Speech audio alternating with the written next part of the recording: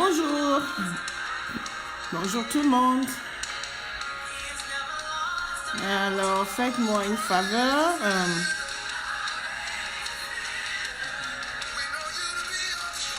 De partager la vidéo, s'il vous plaît. Partagez la vidéo. Partagez le live.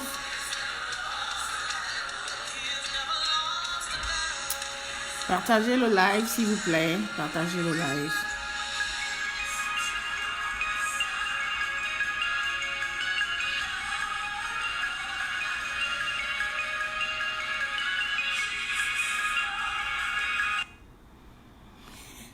Bonsoir tout le monde. Alors, faites-moi une faveur, s'il vous plaît, de partager la vidéo, partager le live. Nous avons déjà commencé. Partagez le live. Alors, si vous m'entendez, faites-moi des petits signaux, envoyez-moi des cœurs, des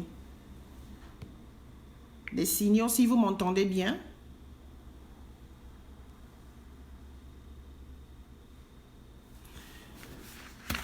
Si vous m'entendez bien, s'il vous plaît, envoyez-moi des signaux, faites-moi des cœurs, si vous m'entendez très bien.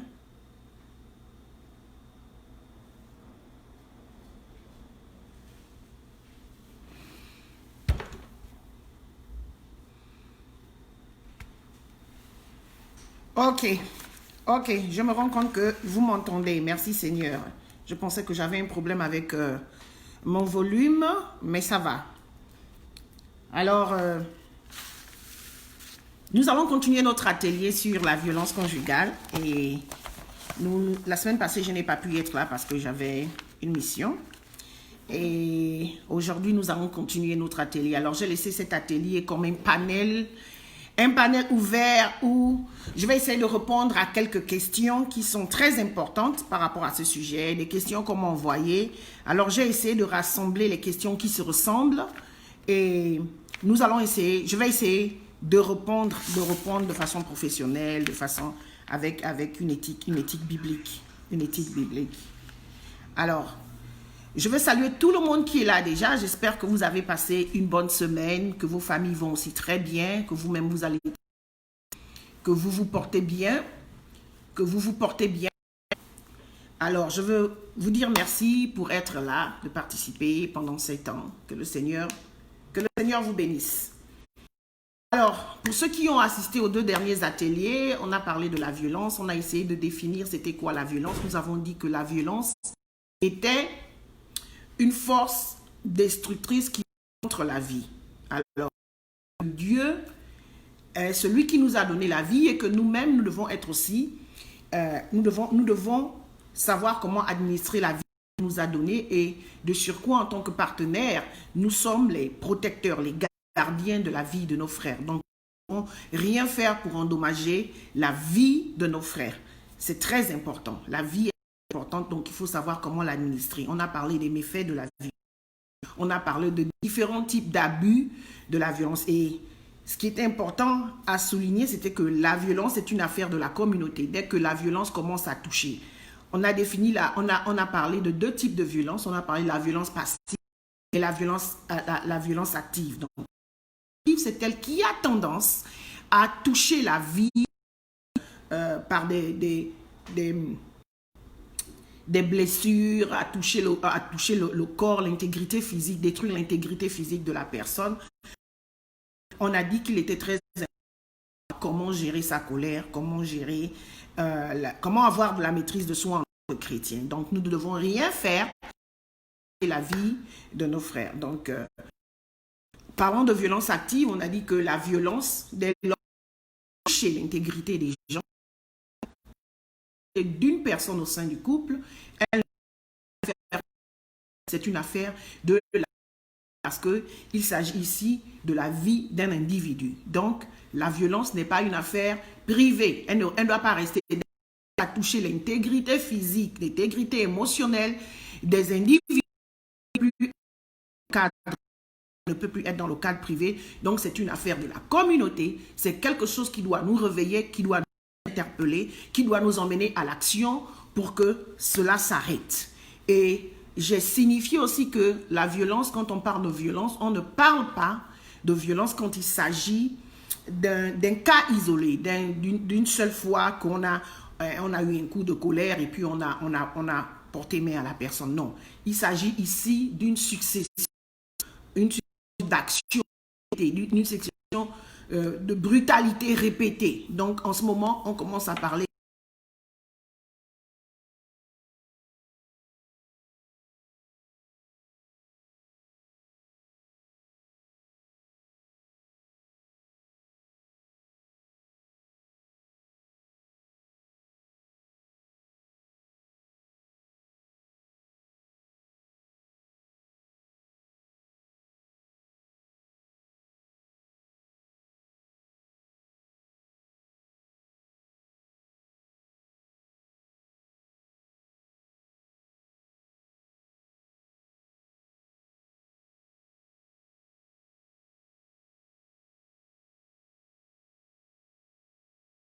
très important. Nous sommes les gardiens, nous sommes les protecteurs. Et celui qui frappe, généralement, il n'aime pas. Alors, quelqu'un m'a dit la dernière fois, après le live, m'a dit que tu as parlé, lorsque tu as parlé des abus, parlant de l'abus financier, tu as souligné un certain nombre de choses que c'était bien, mais tu n'as pas aussi souligné que le fait qu'il y ait la pauvreté, ça peut entraîner des cas de violence, au sein de la famille. C'est vrai que la pauvreté est un facteur qui entraîne la violence au sein de la famille, pour la simple raison que lorsqu'il y a des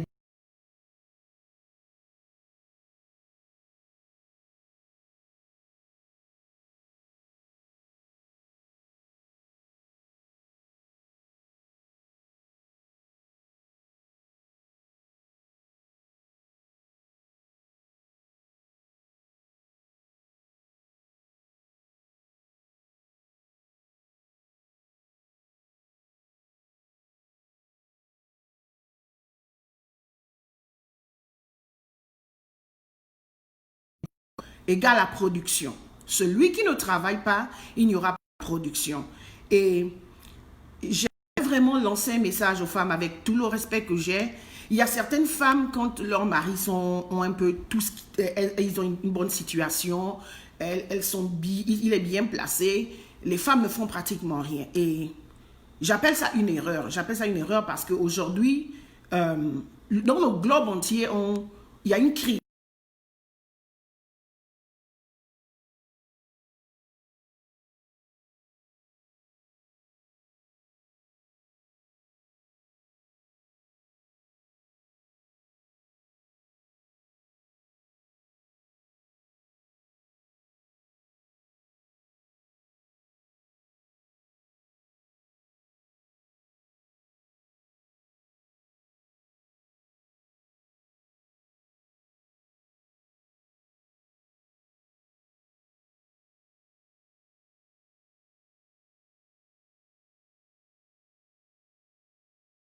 Voit un manque, il y a un manque et puis les réalités de la vie font qu'il y a des engagements qui s'ajoutent, il y a des charges qui s'ajoutent et si vous êtes les mains croisées, vous ne faites rien, alors vous allez vraiment non seulement enfoncer votre mari, mais vous allez aussi enfoncer toute votre famille et voici les problèmes qui vont commencer. Donc j'encourage les femmes vraiment à faire quelque chose.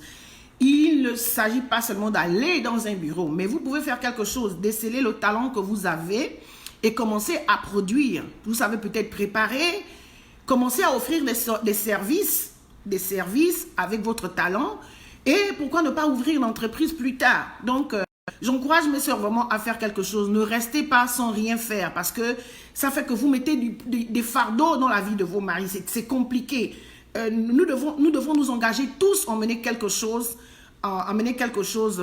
dans la maison, au sein de la famille. Nous devons nous engager. Donc, il faut comprendre une chose que le dessein de Dieu. La Bible déclare que à tous égards comme prospère l'état de nos âmes. Mais si nous ne travaillons pas, nous ne produisons pas. Et si nous ne produisons pas, c'est la sécheresse au sein de la famille. Et nous sommes en train de violer le dessein de Dieu dans la famille. Donc, il est important que les femmes fassent quelque chose. Et aux hommes aussi qui sont paresseux, je vous encourage à vous lever et à bâtir vos familles. Apprenez à travailler. Faites quelque chose. Faites quelque chose. Même si on vous a licencié, vous avez un talent. Mettez vos talents au service de la société, réfléchissez, faites quelque chose pour que vous arriviez à avancer, vous arrivez avancer. C'est vraiment important. C'est important.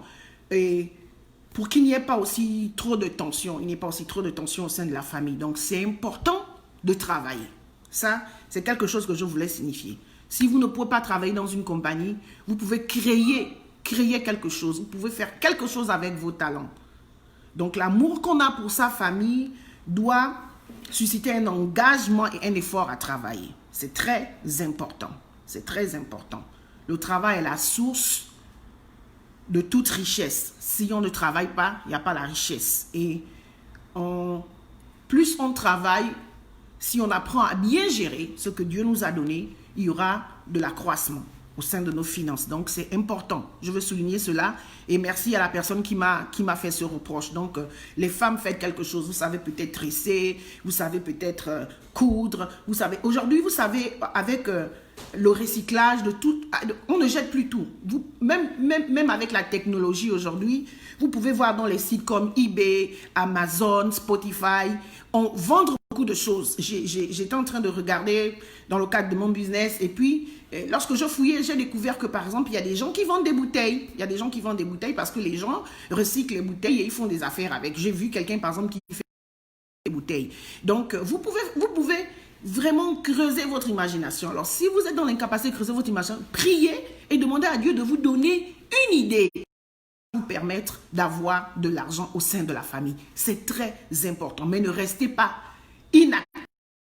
passive. N'attendez pas seulement que c'est l'homme qui emmène quelque chose. Vous pouvez faire quelque chose avec le talent que vous avez décelé, le talent que vous avez, et commencer à faire quelque chose vite, vite, vite, et produisez afin qu'il n'y ait pas trop de tension au sein de la famille. Il n'est pas dit qu'on n'aura pas toujours des problèmes. On aura des problèmes, des crises financières, mais si vous savez confronter le problème en travaillant, en mettant tout votre effort, je crois que Dieu aussi, par sa grâce, va venir multiplier ce que vous êtes en train de faire. Alors, si vous ne faites rien, Dieu ne viendra pas multiplier.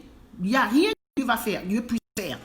Ne rêvons pas. Le temps de la manne est fini. Il faut que nous travaillions. Et puis, les miracles ne se produisent pas tous les jours. Il faut que nous apprenons à créer une chrétienté, des couples forts, des couples qui des couples qui sont autonomes financièrement, qui sont puissants financièrement, afin aussi de sponsoriser l'évangile. C'est très important. On ne peut plus avoir au sein de la communauté des gens qui ne travaillent pas ou qui ne se surpassent pas, qui ne se font. Vous travaillez d'abord pour la famille, mais si vous êtes chrétien, vous travaillez aussi pour que l'évangile soit répandu dans le monde entier. C'est très important. Alors les paresseux, sortez de vos lits. La Bible déclare que le paresseux dit qu'il y a un lion dehors. Si je m'y rends, il va croire qu'il n'y a que lui seul que le lion va tuer. Alors, il est temps de se lever et d'aller affronter les lions dehors.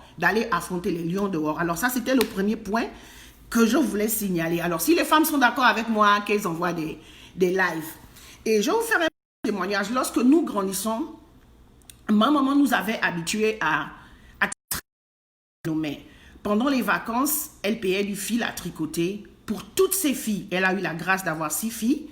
Alors, toutes les filles qui étaient en âge de tricoter et qui étaient à l'école, elles payaient les fils à tricoter. Et donc, elle te payait ton fil et elle te disait, ton fil peut produire, par exemple, 4 services. Le fil que j'ai acheté peut produire 4 services. Et ces services-là, si tu les fais, je vais les vendre. Et c'est ce qui va payer ta rentrée scolaire, tes cahiers, tout ce dont tu as besoin. Donc, les paresseux, ceux qui me négligeaient, ils se retrouvaient peut-être à faire un service. Alors, si le service faisait 25 000 francs, à la rentrée scolaire, elle te met tes 25 000 francs sur la table. Et tu te demandes, mais pourquoi je vais... Mais c'est ce que tu as travaillé. Le temps qu'elle t'ajoute quelque chose, c'est ce que tu as travaillé. Alors, pour nous là qui avons compris que donc il fallait beaucoup... On travaillait, on se mettait à travailler. Et donc, quand l'argent vient, tu fais bien tes courses pendant la rentrée scolaire.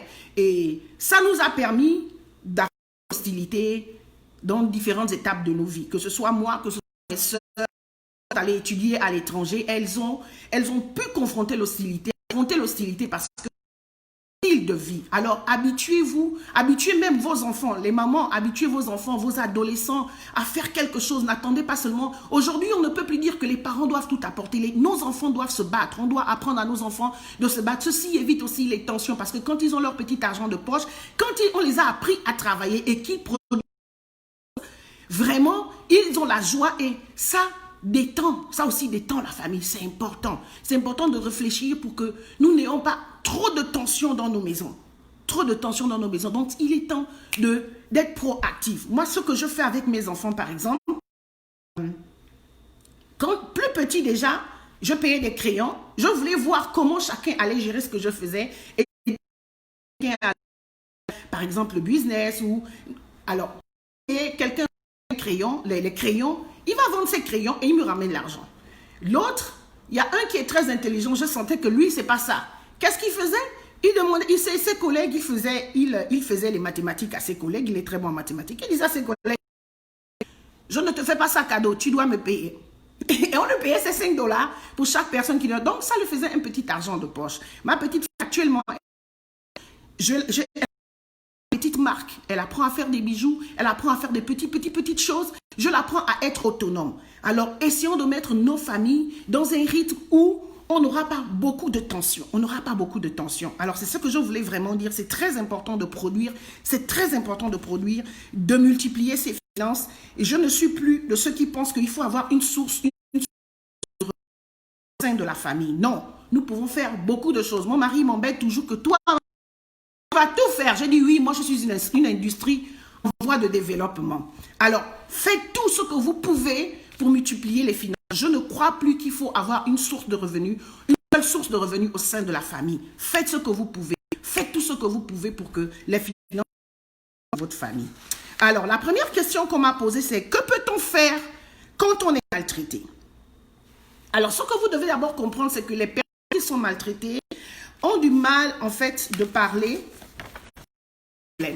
Elles ont du mal de parler de leurs problèmes.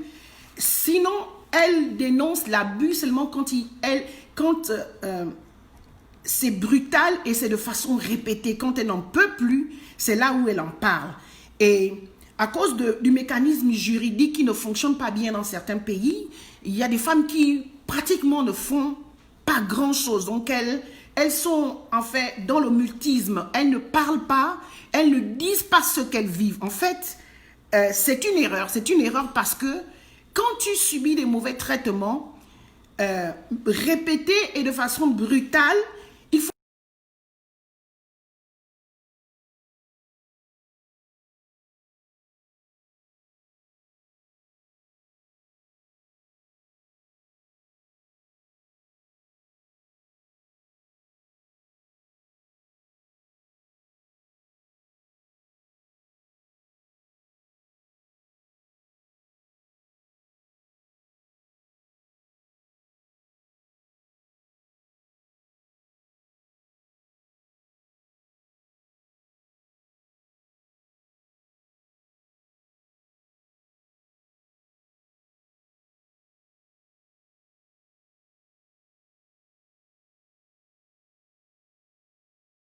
en dehors des coups que tu reçois, mais intérieurement même, ta santé peut être affectée. Donc, il est important de briser le silence parce que c'est un allié de l'agresseur.